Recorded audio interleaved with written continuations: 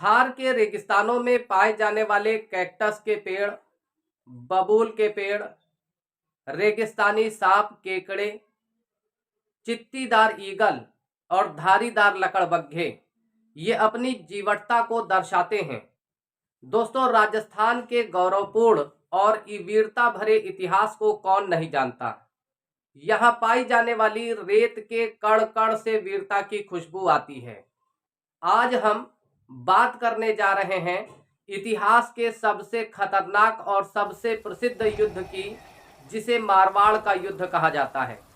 ये बात है 1540 से लेकर 1545 की, जब हुमायूं यहाँ से जा चुके थे एक निर्वासित और दुष्कर जीवन जीने के लिए, और भारत में सत्तारूढ़ हुआ अफगानिस्तान के सूर कबीले का एक सरदार शेरशाह सूरी।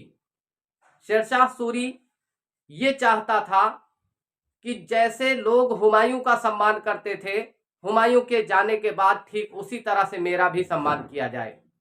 इस समय मारवाड़ के राजा, जिनका नाम था मालदेव, एक अत्यंत वीर शासक थे, न्यायप्रिय शासक थे और राठौड़ वंश से इनका संबंध था। राजा मालदेव की प्रशंसा तबकात ए अकबरी नामक किताब में भी की गई है, जिसे इतिहासकार मिनहाज उस सिराज ने लिखा, और साथ ही साथ the Cambridge history of India में भी इनका वर्णन मिलता है। वहां पर भी इनकी ढेर सारी प्रशंसा की गई है। राजा मालदेव अपनी जनता को इतना प्रेम करते थे, इतना स्नेह करते थे कि जनता उन्हें पिता तुल्य मानती थी। जब शेरशाह सूरी को यह समाचार मिला कि उससे अधिक सम्मान लोग राजा मालदेव का करते हैं, तो वो मन ही मन में राजा मालदेव से ईर्ष्या करने लग गया। उसने एक दूत भेजा और उस दूत के माध्यम से मालदेव को संदेश भेजा कि अगर मालदेव मेरी अधीनता को स्वीकार कर लेते हैं, क्योंकि मालदेव उसके दिए हुए आदेशों को नहीं मानते थे, तो उसने एक दूत भेजा और उस दूत के माध्यम से संदेशा दिया कि अगर मालदेव मेरी अधीनता को स्वीकार कर लेते हैं तो मैं उनके प्राण और सम्मान की रक्षा करूंगा। इस बात पर राजा मालदेव हंसते हैं और कहते हैं कि तुम एक राजपूत को युद्ध के लिए चुनौती दे रहे हो, इस तरह की हास्यास्पद बात मत करो। राजा मालदेव के दो सेनापति, जिनमें एक का नाम जैता था और दूसरे का कुंभा, जैता और कुंभा राजा मालदेव के दो तीर थे, राजा मालदेव के दो सहायक थे, जो हर दशा में अपने राजा के साथ खड़े रहते थे। और ये बात राजा मालदेव को भली भांति पता थी कि जब तक मेरे पास ऐसे स्वामी भक्त सेनापति हैं, हिंदुस्तान का साम्राज्य मेरा कुछ नहीं कर सकता। शेरशाह सूरी जब ये सुनता है कि राजा मालदेव ने मेरी अधीनता स्वीकारने से इनकार कर दिया है, तो वो 80,000 की बड़ी सेना लेकर युद्ध क्षेत्र के लिए चल पड़ता है। दोनों की सेनाएं, इधर मालदेव को भी ये समाचार मिलता है और मालदेव अपनी 12,000 की सेना लेकर पहुंचते हैं। भल नाम के मैदान में दोनों की सेनाओं का आमना सामना होता है। शेरशाह सूरी भले 80,000 की सेना लेकर आया था, लेकिन उसके मन में ये भय था कि अगर पूरी राजपूत सेना एक साथ लड़ गई तो ये मेरे लिए बड़ी समस्या पैदा कर सकते हैं। इसीलिए शेरशाह सूरी ने एक जाली पत्र, एक पत्र लिखा, उसे तीर के नोक पर रखा और उसे राजा मालदेव के शिविर में मार दिया। ये तीर जाकर गिरता है और वो पत्र लिखा गया था जैता के द्वारा और कुंभा के नाम पर।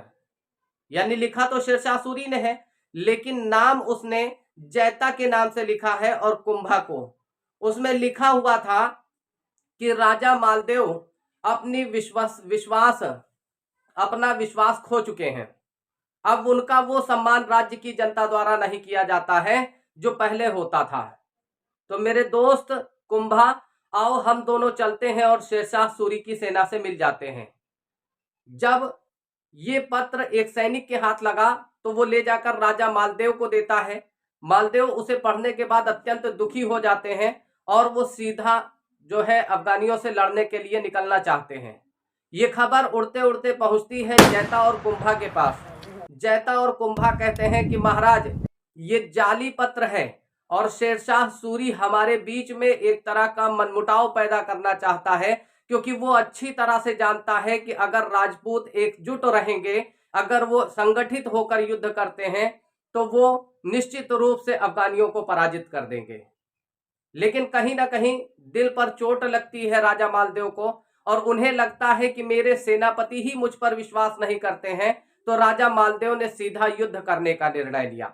जब ये खबर जैता और कुंभा को मिलती है, तो जैता और कुंभा ने कहा, महाराज आपके ऊपर आने वाले पहला तीर जैता और कुंभा अपनी छाती पर लेंगे।